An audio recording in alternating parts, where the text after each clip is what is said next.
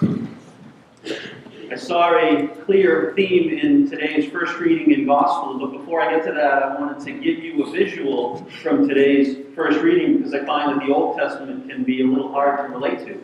So we hear the story of Eli and Samuel. Eli is a priest. Samuel, at this point, is just a guy, not yet the great prophet that he will be called to be. And they're staying together in the place where the ark is. So to give you that visual in today's terms, Eli the priest would be like Father Mike, inviting you individually for a sleepover, and you don't sleep over at the rectory, you sleep in the sanctuary, where the ark of God is, or our tabernacle. A little strange, right? So that sleepover in here, you hear God calling you. Now I give you that visual, not because Father Mike's offering any sleepovers, so dispel all that rumors, there's no sleepovers here or at the rectory. I do that to show how strong the call can be for some people. Samuel had heard God talking directly to him and didn't recognize the voice. And Father Mike has shared with us his story about his calling to the priesthood, about the gospel of the talents that he heard that weekend and the subsequent homily, and that made him go home and research the priesthood. Now, I've always struggled with the word calling in our faith. I've heard priests and deacons preach to me when I sat in the pews, and I would listen to that, and I had a tough time connecting to what a calling is. After all, I used to think, my phone's not ringing with God going, Tom, this is what I want you to do. Ironically, I just heard a phone ringing. Don't be embarrassed, but I thought it was kind of funny. I was going to talk about my phone ringing. Maybe that was God calling.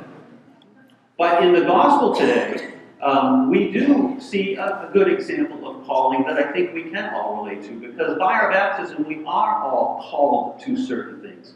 And in the gospel today, we hear the story of John the Baptist with two of his followers. And he points out Jesus to them. He says, "Behold the Lamb of God." And they immediately stop following John and start following Jesus. And they ask him, "Where are you staying?" And he gives them a simple invitation. He says, "Come and see." And to me, I think that is our calling as baptized Catholic Christians. An invitation. Invitations are simple, but they can be challenging for us to do. Easy for us to invite people to maybe go read a book that we read or go see a movie that we saw. Some invitations are easy. Invite them to a party at our house. But to invite someone to our faith, invite somebody to Mass, that's one of those challenging areas where we might not venture. And I'm always reminded of the phrase that I heard that our faith is personal, but it's not private. It's meant to be shared.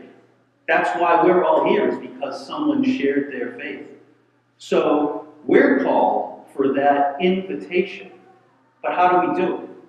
And do we do it? I think about back just a couple of weeks ago, we celebrated the Christmas season, the Christmas Masses, and every seat in this church was filled. And downstairs we had another 500 or 600 seats, and every one of those was filled. And here we are, just a few short weeks later, in ordinary time, back to normal, if you will. And look at all the empty seats. Those empty seats represent someone in our Catholic family that's not here with us. They're missing. And they may be waiting for our invitation. And our invitation can be simply to talk about the beautiful Mass that Father Mike celebrates for us. It can be Alan and his choir and the beautiful music that we get at Mass.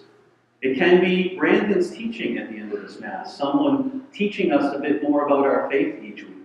Or it could be the crazy deacon that gives you the weird visuals of sleeping in the sanctuary. Something to invite people here. And you might think it was easy in the gospel because John points out Jesus to his followers. He says, "Behold the Lamb of God." And it might be a little harder for us to find Jesus. If only someone would point him out to us. Well, that does happen each week at Mass. Right before we receive communion, Father Mike will hold up the host and the chalice and say those same words of John the Baptist. "Behold the Lamb of God." And maybe your invitation is what's missing in someone's life for them to come here and experience Father Mike pointing out Jesus to them, and they begin following him. And I remind you of this because at the end of each Mass, as the deacon, I get to do the dismissal. It's one of the lines the deacon gets in the Mass. And in the Roman Missal, there are 4 options that I can use for the dismissal. I only ever use 2 of them because I think the other 2 don't convey we have an action to do when we leave Mass each week. The two that I use are go and announce the gospel of the Lord, which means we're supposed to go out into the world and tell them about what we've experienced here and invite people. And sometimes because that's challenging and we may not be able to profess that with our words, it's go in peace, glorifying the Lord by your life. If you can't do it with your words, our lives should be the example that people gravitate to what we've experienced here. When I told Father Mike what my subject matter was, he challenged me with my own topic and said, have you invited anyone to Mass? And I have. I invited my children at Christmas, and of course they declined. But that's the nature of invitations. An invitation without any pressure is just that. It can be accepted, it can be declined.